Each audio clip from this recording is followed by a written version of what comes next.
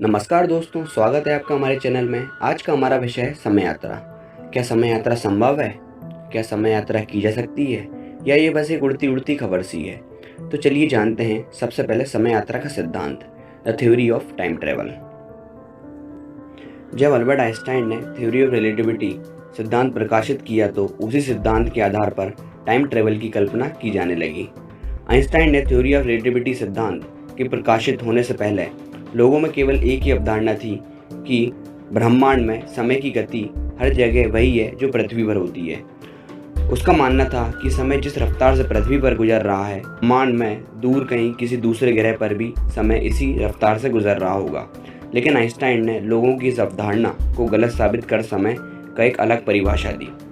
Albert Einstein ने बताया कि समय और अंतरिक्ष एक दूसरे से जुड़े हुए हैं, जिसे स्पेस टाइम कहते हैं।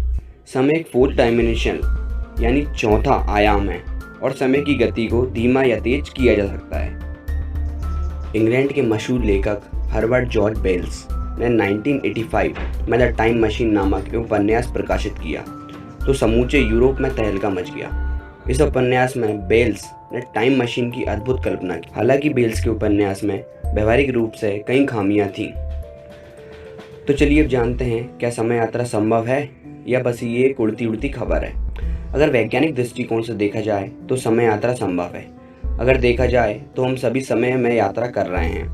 हम सभी भूतकाल से निकलकर वर्तमान में होते हुए लगातार भविष्य की ओर बढ़े चले जा रहे हैं और इसी को ही समय यात्रा कहते हैं। हमारी समय में यात्रा का दर 1 घंटे प्रति घंटे की दर से, यानी कि हम भविष्य में 1 घंटे आगे जाने के लिए 1 घंटे का ही समय अंतरकाल लगेगा। अगर हमने इस दर को 1 घंटे प्रति घंटे की दर से अधिक किया तो समय की यात्रा की जा सकती है। आइंस्टाइन ने अपने विशेष सिद्धांत में बताया है कि समय यात्रा संभव है। आइंस्टाइन ने बताया है कि अगर कोई वस्तु जितनी ज़्यादा तेज़ी से चलेगी उसके लिए समय का उतना ही धीमा होता जाएगा और वस्तु किसी स्तर सापेक्ष भविष्य में होगी। ऐसा कहा जाता है कि भविष्य की यात्रा करना संभव है, परंतु भूतकाल की यात्रा करना किसी भी प्रकार से प्रतीत नहीं होता है। स्टीफन हॉकिंग ने बताया है कि अगर भूतकाल यात्रा संभव भी है तो अगर हम टाइम मशीन भविष्य में बना भी पाएंगे तो टाइम मशीन के बनाने के बाद पहले की यात्रा संभव नहीं है। तो चलिए जानते हैं समय यात्रा के कुछ महत्वपूर्ण तरीके। सबसे पहला तरीका है स्पीड। ये भविष्य में जाने का सबसे आसान और सबसे व्यावहारिक तरीका है।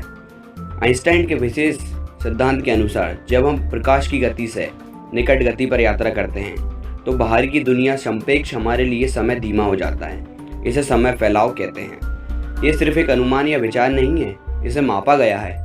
2 परमाणु घड़ियां का उपयोग करके भौतिक विधि ने बताया है कि जेट की गति की वजह से उसमें रखी घड़ी धीमी गति से चलती हैं।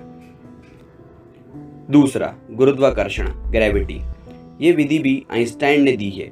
सामान्य संपेक्ष ने सिद्धांत के मुताबिक जितना मजबूत गुरुत्वाकर्षण बल होगा समय उतना ही धीमा चलेगा।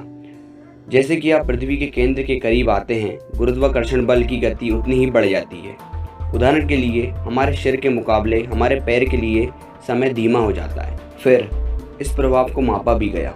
2010 में US national institution of standards and technology में 2 घड़ियों को रखा गया जो एक दूसरे से 33 सेंटीमीटर ऊपर थीं और टिकिंग की दर में अंतर को मापा और पाया गया कि निचली घड़ी थोड़ी धीमी है क्योंकि ये थोड़ा मजबूत गुरुत्वाकर्षण महसूस करती हैं।